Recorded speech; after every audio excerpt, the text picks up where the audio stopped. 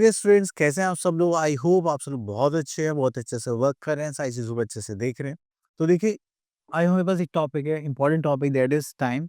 And आपको पता है कि टाइम हमारे लिए कितना इंपॉर्टेंट है कि हम लोग क्या करते हैं पूरे थ्रू आउट द डे में एक टाइम ही है जिसमें हम क्या करते हैं, सारी चीज़ उसके अकॉर्डिंग करते हैं। मॉर्निंग में कितने बजे उठना है, देन स्कूल के लिए, ट्यूशन्स के लिए, खाने के लिए, डिनर के लिए, ये सब चीज़ें, ठीक है?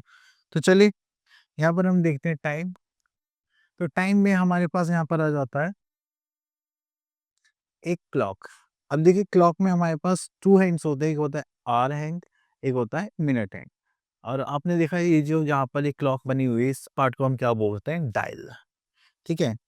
एंड ये जो डायल है, इसमें हमारे पास यहाँ पर कुछ नंबर्स है, जो आपको दिखाई दे रहे होंगे, जस्ट लाइक 1 2 3 4 5 6। तो ये जो घड़ी होती है, ये हमारे पास जो क्लॉक होती है, ये हमें दिखाती है कि वी आर हैविंग 24 आवर्स।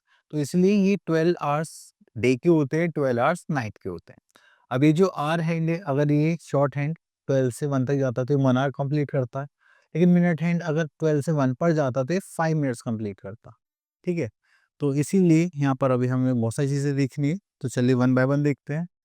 तो यहाँ पे देखिए, लॉन्ग हैंड को हम क्या बोलते हैं? Minute hand. And short hand को हम बोलते हैं आवर हैंड। देन उसके बाद आता है the minute hand moves faster and it takes 1 hour to go around the clock and 12 hour and starts at 12।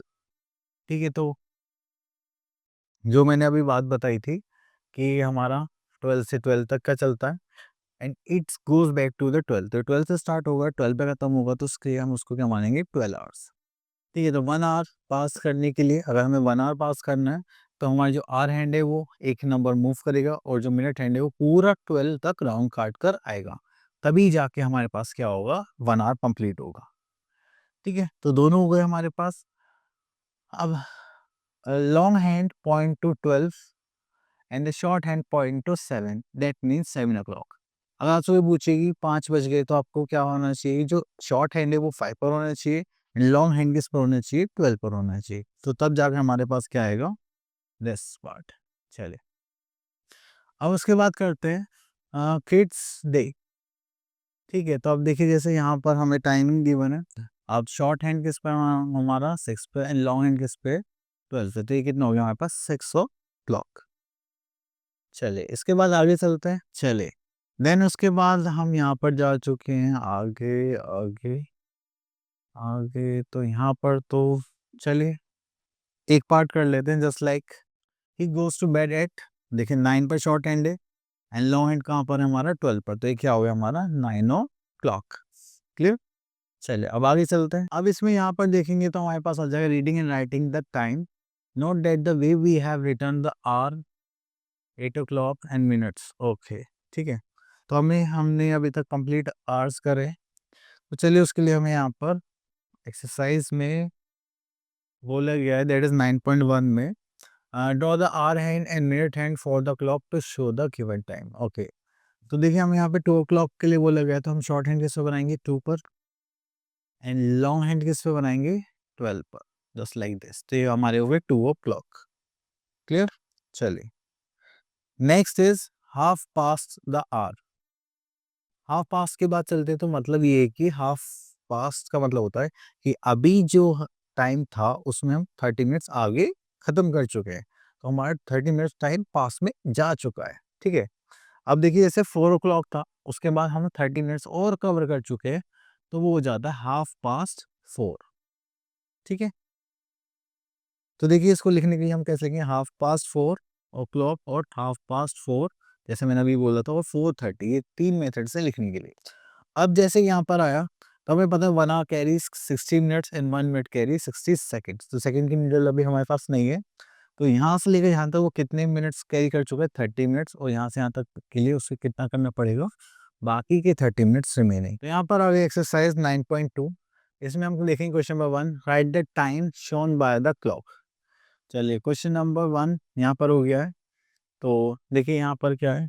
4 और 6 पर है, तो ये क्या है? हाफ पास्ट 4 हो गया, या फिर 4:30, हम इसको ऐसे लिखेंगे। क्लियर?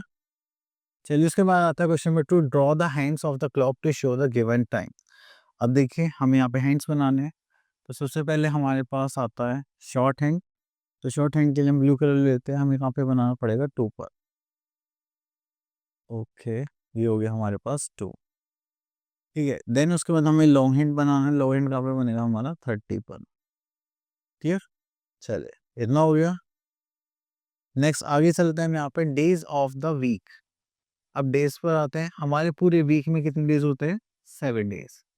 तो 7 डेज में हमारा जो डे स्टार्ट होता है मंडे से, and Tuesday, Wednesday, Thursday, Friday, Saturday, Sunday. तो फर्स्ट डे हो गया मंडे एंड लास्ट डे हो गया हमारा 7th day, that is Sunday. अब 1 ईयर में हमारे पास कितने वीक्स होते हैं? 52 वीक्स होते हैं, आप लोगों को ध्यान रखना है। क्लियर? चलिए आगे चलते हैं यहाँ पर। चलिए हमारे पास यहाँ पर कुछ टर्म्स हैं, just like today, tomorrow and yesterday. तो अगर हम यहाँ पर देखें तो प्रेजेंट डे के लिए हम क्या यूज करेंगे? Today. And the day just before today, आज से पहले वाले दिन के लिए हम क्या यूज करेंगे? Yesterday. And the day just after today, आज के बाद जो डे आने वाला है उसके लिए हम क्या यूज करेंगे? टुमारो। क्लियर? आज के बाद वाले दिन के लिए हम क्या यूज करेंगे? टुमारो। Okay, that is 9.3। तो फिल इन द ब्लैंक्स। तो अब यहाँ पर आते हैं, तो यहाँ पर हम ले लेते हैं C part. Wednesday comes before, तो वेडनेसडे किससे पहले आता है? तो मंडे, ट्यूसडे, वेडनेसडे, थर्सडे। तो हम यहाँ पे क्या लिखेंगे? थर्सडे।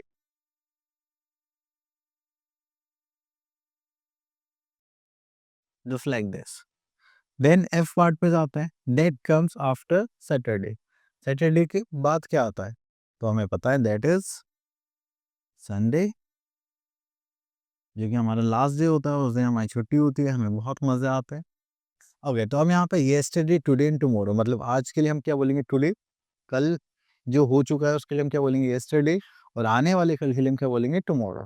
ठीक है, तो चलिए यहाँ से हम एक क्वेश्चन लेते हैं। थर्सडे, थर्सडे अगर आ जाए तो कल पहले क्या होगा? I think Wednesday.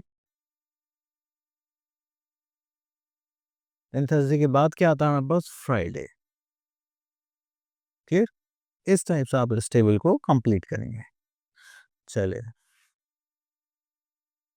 अब उसके बाद यहाँ पर कुछ एक्सरसाइज है आप लोगों के लिए, जस्ट लाइक हम इसमें से क्वेश्चन देख लेते हैं। Just like fourth, comes in between Tuesday and Thursday. इसके बीच में क्या आता है हमारे पास? Just like Wednesday. ठीक है, चलिए उसके बाद आगे चलते हैं मंथ्स पर। तो आप लोगों ने मंथ्स अच्छे से देखे होंगे कि मंथ्स कौन कौन से होते हैं। तो हमारे पास 1 ईयर में 12 मंथ्स होते हैं, जो जनवरी से स्टार्ट होते हैं और दिसंबर में फिनिश हो जाते हैं। तो चलिए स्टार्ट करते हैं। तो there are 12 months in a year, not all the months have the same number of days. तो सबके डेज अलग अलग होते हैं, कुछ के क्या होते हैं 30 डेज होते हैं, कुछ में 31 डेज होते हैं। एक फरवरी एक ऐसा मंथ है जिसमें कितने डेज होते हैं हमारे पास? 28 डेज होते हैं। बट इन लीप ईयर का मतलब क्या होता है कि जब भी कोई एक ईयर 4 से कंप्लीटली डिविजिबल हो जाए, जस्ट लाइक 2024 था तो क्या हो जाएगा? 4 से कंप्लीटली डिविजिबल हो जाएगा। ठीक है, लेकिन 2025 क्या कंप्लीटली डिविजिबल नहीं होगा, तो वो लीप ईयर नहीं होगा। अगर लीप ईयर है तो हम क्या करेंगे? अगर हमारे पास लीप ईयर है तो उस टाइम फरवरी में कितने डेज होते हैं हमारे पास? 29 डेज। ठीक है, तो हम यहाँ पे हमारे पास आता है a calendar shows us all the months and days of the year. तो यहाँ पर हम कैलेंडर देखते हैं। चलिए कैलेंडर, ओके वेट, तो ये आ गया हमारे पास कैलेंडर। अब जैसे हमने कैलेंडर पे नज़र डाली तो यहाँ पर हमारे पास जो मंथ है, फर्स्ट मंथ होता है जनवरी एंड उसमें डेज होते हैं 30 डेज। सेकंड होता है फरवरी, उसमें होते हैं 28 और 29 डेज।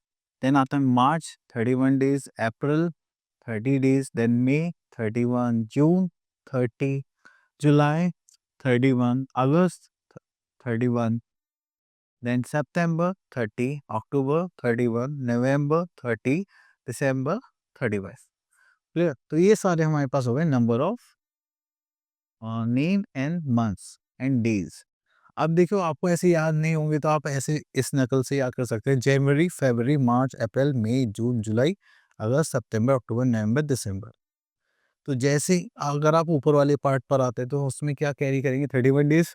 अगर आप नीचे वाले पार्ट पर आते हैं तो उसमें हम हमारे पास क्या होंगे? 30 डेज, एक्सेप्ट फरवरी। ठीक है, ये क्या हो गया? ये हो गए हमारे नंबर ऑफ मंथ्स। चलिए उसके बाद आगे चलते हैं। तो हमारे पास आ गई एक्सरसाइज 9.4। तो यहाँ पे लिखा हुआ है नेम द फॉलोइंग मंथ्स। चलिए तो हम यहाँ पे और थर्ड पार्ट देखते हैं। The month which comes before February. February से पहले कौन सा मंथ आता है? तो हमें पता है दैट इज जनवरी। देन उसके बाद हम एक पार्ट और देख लेते हैं इसमें, the seventh month of the year. तो जनवरी, फरवरी, मार्च, अप्रैल, मई, जून, जुलाई। तो सेवेंथ मंथ कौन सा होता है हमारा? जुलाई। तो हम यहाँ पे लिख लेते हैं जुलाई। चलिए उसके बाद आ जाते हैं मैच द फॉलोइंग। अब यहाँ पर हमारे पास कुछ डेट्स हैं, कुछ नेम्स है, तो यहाँ पर देख लेते हैं। जस्ट लाइक इंडिपेंडेंस डे हमारा कब होता है? इट इज ऑन 15th अगस्त। अगर हम यहाँ पे चिल्ड्रंस डे देखें तो वो कब होता है? 14 नवंबर। तो आप लोग इस टाइप से इनको मैच करेंगे। चलिए उसके बाद आते हैं यहाँ पर क्वेश्चन नंबर 3 पर। Name any 3 months which have 30 days. तो जनवरी, फरवरी, मार्च में 30 डेज होते हैं। देन अप्रैल, मई में 30 डेज होते हैं। देन जून, जनवरी, फरवरी, मार्च, सॉरी अप्रैल में होते हैं। सॉरी ये गलत हो गया, डिलीट कर देना, कट कर देना। ओके, जनवरी, फरवरी, मार्च, अप्रैल। तो अप्रैल में 30 डेज होते हैं। देन अप्रैल के बाद मई, जून में 30 डेज होते हैं। देन जुलाई के बाद क्या आता है? अगस्त। अगस्त के बाद आता है सितंबर।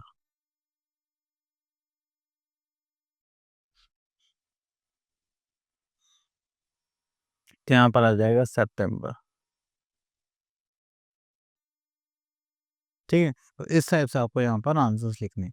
अभी जो क्वेश्चन नंबर 4 है ये भी सेम इसी टाइप का है। ओके, ये हो गया फिनिश। आई होप आपको टाइमिंग कैलेंडर का जो कॉन्सेप्ट अच्छे से क्लियर हो गया होगा। आप लोग क्या इसकी प्रैक्टिस करें। मिलते हैं नेक्स्ट वीडियो में, तब तक के लिए ऑल द बेस्ट।